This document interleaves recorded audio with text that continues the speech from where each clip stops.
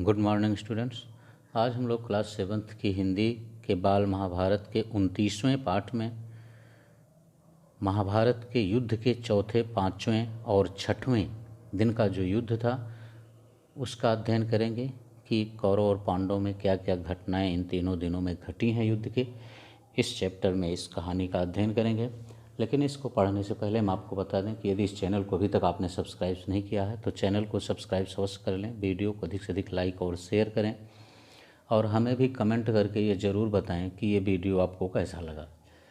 तो आपने पिछले पार्ट में पढ़ा था कि तीसरे दिन का जब युद्ध समाप्त हुआ था तो कौरव और पांडव दोनों की सेनाएं अपने अपने शिविरों में वापस जा चुकी थी, क्योंकि युद्ध का ये नियम था कि सूर्य अस्त के बाद युद्ध बंद कर दिया जाएगा, कोई भी सेना किसी सेना पर आक्रमण नहीं करेगी।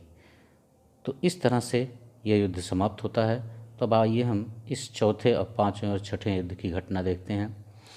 फिर पौ फटी, लड़ाई शुरू हो गई। पौ फटी का मतलब प्रातःकाल में जैसे सूर्य की किरणें निकलती हैं पुनः दोनों सेनाओं में युद्ध प्रारंभ हो जाता है। शल्य का पुत्र मारा जाता है। भीमसेन ने दुर्योधन के 8 भाइयों को भी मृत्यु के घाट उतार दिया। दुर्योधन ने भी निशाना साधकर भीमसेन की छाती पर एक भीषण अस्त्र चलाया। चोट खाकर भीम मूर्छित सा होकर रथ पर बैठ गया। अपने पिता का यह हाल देखकर घटोत्कच के क्रोध का ठिकाना न रहा, क्योंकि घटोत्कच जो था वो भीम का पुत्र था। तो जब उसने देखा कि हमारे पिताजी घायल हो चुके हैं तो वह अत्यधिक क्रोधित हुआ और वह आपे से बाहर हो गया और उसने भयानक युद्ध शुरू कर दिया। घटोत्कच के भीषण आक्रमण के आगे कौरव सेना ना टिक सकी। सेना को विह्वल होते देखकर भीष्म ने युद्ध बंद कर दिया और सेना लौटा दी।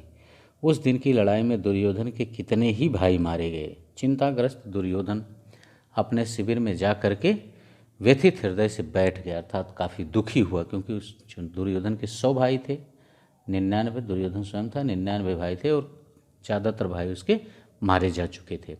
इससे वह बहुत दुखी था। उसकी आंखें भर आईं। संजय कुरुक्षेत्र के मैदान का आंखों देखा हाल धृतराष्ट्र को सुनाता जाता था।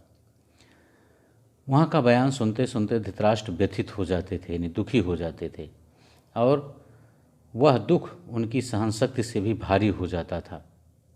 वह कुछ कह सुनकर अपना शोक कम कर लिया करते थे। दुर्योधन बड़ी देर तक इसी तरह विचारों में खोया रहा। इसी प्रकार सोचते सोचते उसको नींद आ गई और सुबह होने पर दोनों सेनाएं फिर युद्ध के लिए सुसज्जित की गईं और लड़ाई शुरू हो गई। उस दिन संध्या होते होते अर्जुन ने हजारों कौरव सैनिकों का जीवन समाप्त कर दिया। यानी 5वें दिन का युद्ध जब समाप्त हुआ तब तक कौरव के हजारों सैनिक अर्जुन के द्वारा मारे जा चुके थे। यह देखकर पांडव सेना के वीरों ने अर्जुन को चारों ओर से घेर लिया और जोर का जय जयकार कर उठे। सूरज डूबा और भीष्म ने युद्ध बंद करने की आज्ञा दी। दोनों ओर के थके थकाए सैनिक अपनी अपनी छावनी की ओर चले गए। छठे दिन सवेरे युद्ध छिड़ते ही दोनों तरफ की जनहानि बड़ी तादाद में होने लगी, पर अंत में द्रोण ने वह तबाही मचाई कि पांडव सेना के पांव उखड़ गए। अर्थात गुरु द्रोणाचार्य जो थे वो बड़ी तेजी के साथ और अपनी पूरी क्षमता के साथ युद्ध कर रहे थे, जिससे पांडव सेना में खलबली मच गई।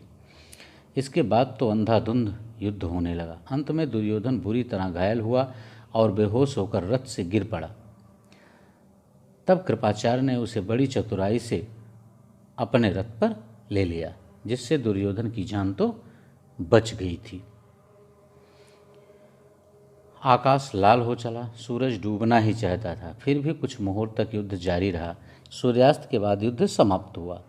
आज का युद्ध इतना भयंकर था कि धृष्टद्युम्न और भीमसेन के सकुशल शिविर में लौट आने पर युधिष्ठिर ने बड़ा आनंद मनाया।